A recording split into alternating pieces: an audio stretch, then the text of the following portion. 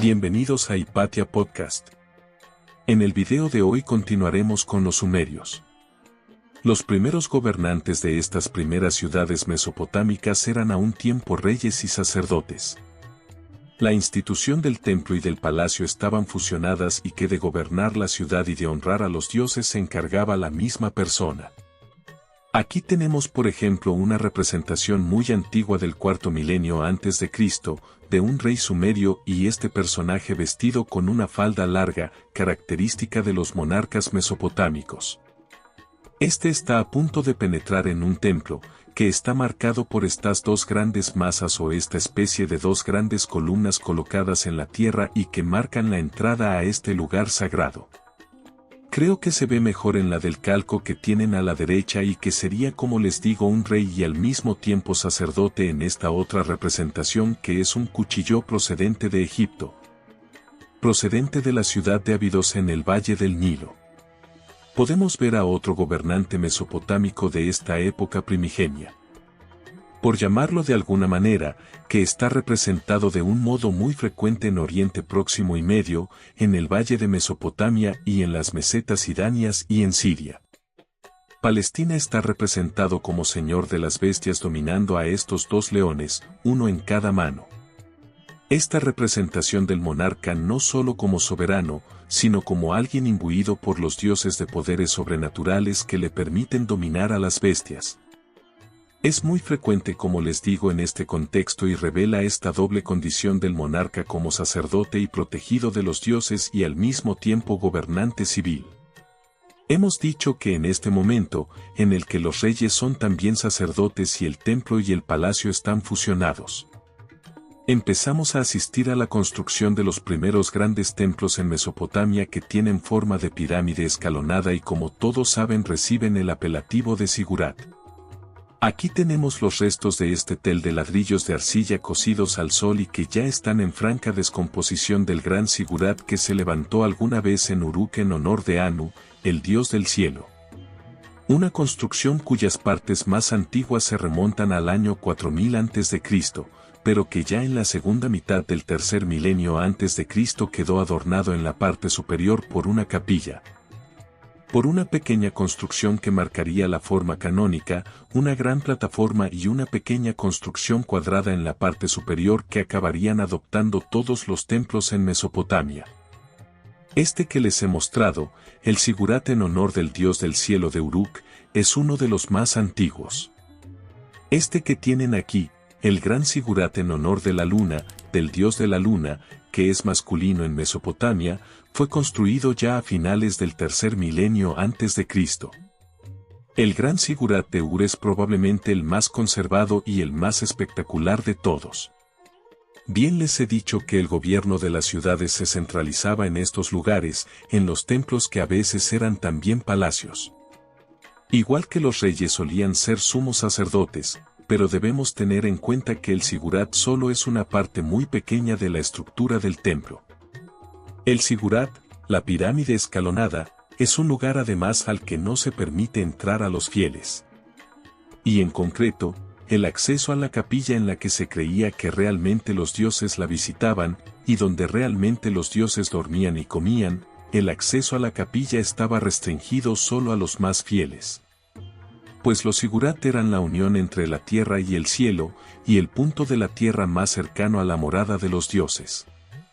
Donde se llevaban a cabo todas las labores administrativas que necesitaba la gestión de una de estas ciudades mesopotámicas. Donde estaban los almacenes, los archivos, los lugares para los escribas, donde se almacenaba la documentación. Bien pues, alrededor de los zigurats existían enormes complejos que ocupaban una parte importante de la extensión de las ciudades. Y en estos complejos es donde se llevaban a cabo todas estas labores de gobierno y de administración. Naturalmente, para llevar a cabo estas tareas, para gobernar unas ciudades que cada vez son más grandes, más pobladas, más difíciles de gestionar, más articuladas. Para dirigir un comercio que va desde el Valle del Indo hasta Siria y el Valle del Nilo en Egipto, los mesopotámicos tuvieron que desarrollar muy pronto herramientas administrativas. Inventaron por ejemplo el arte de la glíptica, el arte de los cilindros sello. Cada funcionario o cada mercader o cada monarca poseía un cilindro con un diseño propio y particular individual que podía emplear como firma en cualquier documento oficial. Puesto que los documentos oficiales o los documentos se escribían en tablillas de arcilla húmeda sobre las que se aplicaban los cilindros sellos y que dejaban este rastro, este relieve, que como les digo era privativo, identificativo de su dueño y de la persona que había mandado tallar el cilindro sello.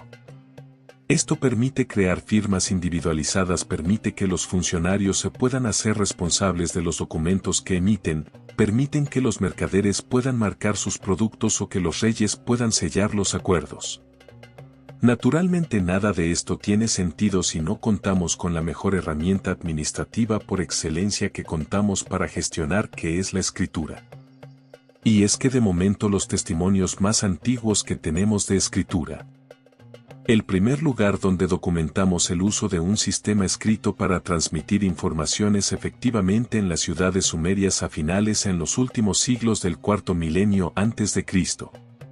Así que de momento tenemos que conceder a los sumerios el privilegio de haber inventado la escritura y de haber sido los primeros en escribir en la historia de la humanidad. Esta escritura sumeria, como ven en la imagen, originariamente tiene un carácter ideográfico, originariamente servía para contar, servía para llevar la cuenta. Y son las tablillas más antiguas que hemos encontrado. De los bienes que se almacenaban en el palacio templo, y en ese sentido pues los primeros documentos que tenemos de escritura sumeria son representaciones de ovejas o de vacas innumerables para contarlas. Pero con el paso del tiempo, como ven en este pequeño esquemita de escritura de carácter ideográfico donde cada signo representaba un objeto o una idea, fuimos pasando a un tipo de escritura donde los signos ya se escriben o se diseñan de forma completamente esquemática.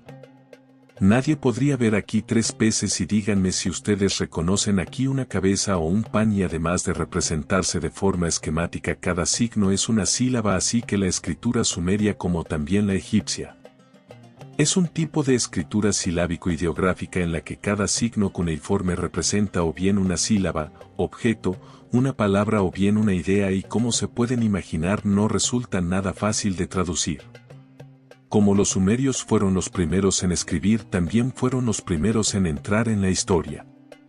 Nos referimos a la prehistoria como el periodo de la historia de la humanidad en el que no había testimonios escritos y toda nuestra información dependen exclusivamente de la arqueología, de la interpretación y de los restos materiales. Pero hablamos de historia en el momento en el que un pueblo comienza a dejar testimonios escritos y podemos averiguar cosas sobre él, no solo examinando sus restos materiales sino también leyendo lo que este pueblo escribe. Así que los sumerios fueron los primeros en el mundo en salir de la prehistoria y entrar en la historia. Cuando empezaron a escribir a finales del tercer milenio antes de Cristo en un soporte además tan barato y abundante en Mesopotamia como era la arcilla que dejaban cocer al sol, los sumerios empezaron a escribir y la verdad es que nos han dejado una enorme cantidad de testimonios escritos. Al ser los primeros en escribir y al dejarnos tantos testimonios escritos, se ha producido un fenómeno muy curioso. Hay un libro súper recomendado sobre este tema por el autor Samuel Noah Kramer que se titula La historia empieza en Same, que la verdad es que es un título precioso y tiene razón. Pero en contra de lo que dice Kramer, tampoco podemos afirmar con certeza que los sumerios inventaron todas estas cosas como por ejemplo los refranes. Lo cierto es que sí que hay algunas cosas que parecen ser de origen sumerio y que han llegado hasta nosotros, por ejemplo, además de desarrollar la escritura y de la glíptica. Los sumerios en estas primeras ciudades para poder gobernarlas tuvieron que desarrollar también las primeras herramientas de cálculo y como todos ustedes saben, lo primero que todos todavía hoy empleamos para contar son los dedos. Lo que pasa es que los dedos la verdad nos dan una cantidad un poco limitada, así que por lo visto en lugar de contar los dedos, fueron ellos los que desarrollaron este sistema de cálculo sexagesimal. En Sumeria, nos topamos con algunos de los ejemplos más antiguos de humor de la humanidad. Los sumerios eran aficionados a escribir tratados morales que también constituyen las formas más primitivas de filosofía encontradas hasta el momento. Uno de los más famosos es el Tratado del Justo Sufriente, en el que un buen tipo es acosado por los dioses que le infligen toda clase de desgracias, mientras él las sufre con paciencia y sumisión a la divinidad. En este caso no está muy claro si el sentido del humor está en el pobre diablo o en los mismos dioses. En general, en ese tipo de tratados, las frases sesudas y morales se juntan con otras en las que se percibe una fina ironía. Al pobre le prestan plata y preocupaciones, o esta otra, al pobre más le valdría morirse. Si tiene pan, no tiene sal, si tiene sal, no tiene pan, si tiene carne, no tiene cordero, si tiene un cordero, no tiene carne. Otras veces encontramos proverbios y refranes de lo más jocoso. Es tan sucio, que no se sabe quién es el asno y quién el palafrenero, el criado siempre lleva el faldellín sucio, o digas mentiras, o digas verdades. Otros las contarán como mentiras. En una fábula popular, un zorro da un pisotón a un buey. Se vuelve hacia él y le dice, «Uy, perdona, ¿te hice daño?». Hay que especificar que en las fábulas sumerias, el zorro representa el papel del astuto, fanfarrón y, a veces, un poco cobarde. Un campo donde vemos muestras de humor y que resulta de lo más moderno, es en el de las bodas. En la fiesta de cualquier boda sumeria, aparte de un buen convite, los invitados debían recitar poemas en honor de los recién casados. Cuando los asistentes ya habían hecho un buen consumo de cerveza, los poemas se tornaban jocosos, para el placer, matrimonio, pensándolo mejor, divorcio, o bien un corazón alegre, la novia, un corazón afligido, el novio. Y ya para terminar, llegamos al campo más descarado de los chistes. En otras civilizaciones, como la egipcia, se han conservado en papiros chistes escritos por alumnos y escribas aburridos. Lo malo es que los sumerios escribían en tablillas de barro y en las escuelas reutilizaban esas tablillas. Por desgracia, solamente ha llegado a nuestros días un único chiste, pero dicha muestra de humor disfruta del honor de ser el chiste más antiguo de la humanidad. Su texto es el siguiente. Lo nunca visto en las tierras de los cabezas negras, sumerios, que una tierna jovencita se ventosee sentada en las piernas de su amado. Es el chiste más antiguo y es escatológico. ¿Quién dijo que la humanidad ha cambiado en 4000 años? Hasta aquí el video de hoy, queridos amigos, espero que les haya gustado la recopilación de información. Recomendado. Este libro de la historia comienza en Same para indagar en la historia y las traducciones de estas tablillas encontradas. Continuaremos en un último video hablando de la cosmogonía sumeria y sus rituales, para avanzar en la antigua Mesopotamia. Un placer. No olviden suscribirse, que es gratis y ayuda a difundir este contenido.